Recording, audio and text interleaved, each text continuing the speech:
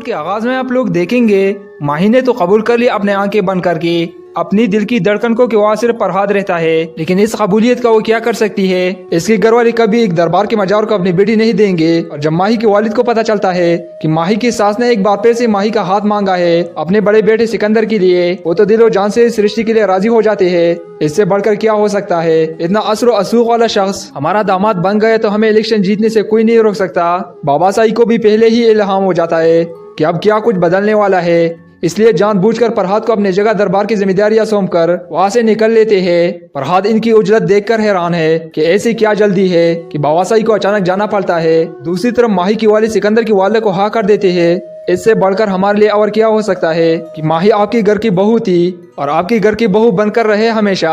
अम्मा से ये सुनकर बहुत ही ज्यादा खुश होती है कि माही की शादी सिकंदर के साथ होने जा रही है। अम्मा से माही की वाला से कहते हैं मुझे अपने कानों पर यकीन नहीं आ रहा। और जब ये सब कुछ माही से पूछा जाता है तो इसने आजमाइश पर इसका दिल दहल जाता है। पहले भी सर झुका लिया, इस बार भी इनकार नहीं कर पाएगी। अगर माही इनकार करे तो किसके लिए करे। इसके बारे में जानने के बाद नाज़िर शाह माही को जान से मार देंगे। एक बार फिर से माही सिकंदर के नाम की मेहंदी अपने हाथों पर लगाएगी और जब फरहाद के इसकी शादी का इल्म होगा तो वो दरबार छोड़कर एक बार फिर से स्टेशन पर बैठ जाएगा कि इस बार सचमुच इस दुनिया से रुखसत मिल जाए। फरहाद को ढूंढते हुए माही स्टेशन तक आएगी। माही हाथ जोड़कर फरहाद से माफी मांगेगी। फरहाद यहाँ से चले जाओ, मगर इस बार मुझे बददुआ मत देकर जाना। साहिबा आखिरकार माही की मजबूर करने पर फरहाद से मिलने के लिए दरगाह जाती है। फरहाद जैसे ही साहिबा को अपने सामने देखता है तो बहुत ही ज्यादा हैरान होता है। साहिबा फरहाद से कहती है मैं अच्छी तरह से जानती हूँ कि माही ने तुम्हारे साथ अच्छा नहीं किया। फरहाद जो कुछ भी हुआ तुम उसे भूल जाओ, माही कभी भी तुम्हारी नहीं हो सकती।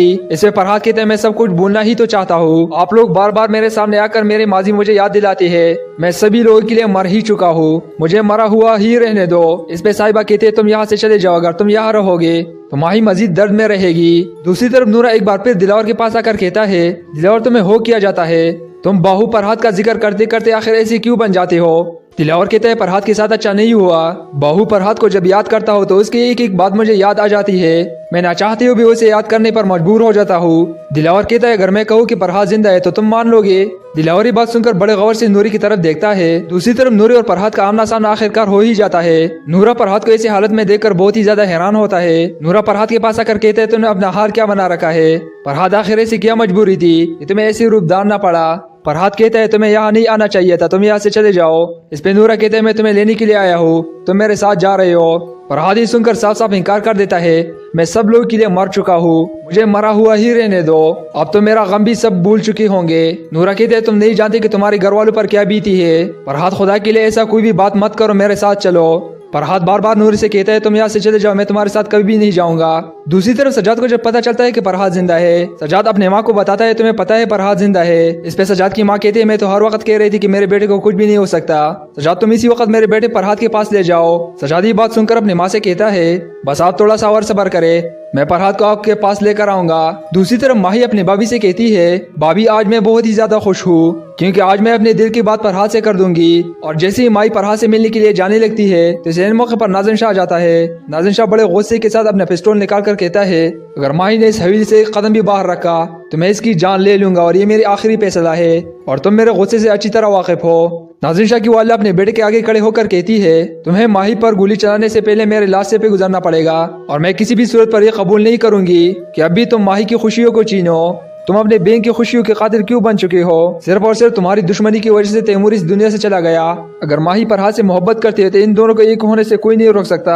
नाज़िर शाह बड़े गुस्से से कहता है आप आगे से हट जाए, ये हमारे खानदान की रिवायत के खिलाफ है। लेकिन आखिरकार उसकी वालिदा के समझाने के बाद नाज़िर शाह वहाँ से चला जाता है और सब लोग यही समझते हैं कि नाज़िर शाह ने माही को माफ कर दिया। फकीर बाबा के मरने के बाद फरहाद को उनके गद्दे पर बैठा दिया जाता है। सिकंदर साई फरहाद के पास आकर कहता है आखिर तुम्हारे पास ऐसी क्या शिफा है जो हर शख्स तुम्हारे पास दुआ के लिए आता है। जोगियों के जुग तो कभी खत्म नहीं होते। ये बात सुनकर फरहाद कहते हैं मेरे पास तो कोई शिफा नहीं है, मैं तो खुद मरीज हूँ और अपनी मोहब्बत के लिए दर बदर के ठोकरे खा रहा हूँ। इस पे सिकंदर कहता है क्या मोहब्बत इंसान को इतना दर्द देती है जिस दर्द से मैं गुजर रहा हूँ। दूसरी तरफ माही की भाभी माही से कहती है माही कब तक तुम उसकी याद में तड़पती रहोगी, तुम्हें कोई फैसला लेना होगा। माही तुम अपनी जिंदगी में आगे बढ़ जाओ, तुम जानती हो ना वक्त गुजरने के साथ साथ तुम ये सब कुछ भूल जाओगी और फरहाद भी अपनी जिंदगी में आगे बढ़ जाएगा। इस पे माही कहते हैं जिंदगी में कुछ पल ऐसे आते हैं जिन्हें हम चाह कर भी अपने याददाश्त से नहीं मिटा सकते। या भाभी आपने नहीं सुना कि वक्त हर जख्म का मरहम ہوتا ہے تیمور کی موت کے بعد کتنا وقت بیت گیا لیکن میرا زخم پھر بھی بری نہیں۔ ہاتھ کو اپنے سامنے پا کر میں پھر سے وہی تڑپ محسوس کر رہی ہوں۔ شاید یہی بات سچ ہے کہ وقت ہر زخم کا مرہم نہیں ہے، یا پھر شاید کچھ لوگوں کے لیے ہوتا ہے، لیکن میرے زخم ویسے کی ویسے تازہ ہے۔ بھابھی میں آج بھی فرحاد کے لیے تڑپ رہی ہوں۔ جب تک مجھے یہ نہیں معلوم ہو جاتا کہ فرحاد اپنی زندگی میں خوش ہے یا نہیں، شاید تب تک میں اپنی زندگی میں آگے نہیں بڑھ پاؤں گی۔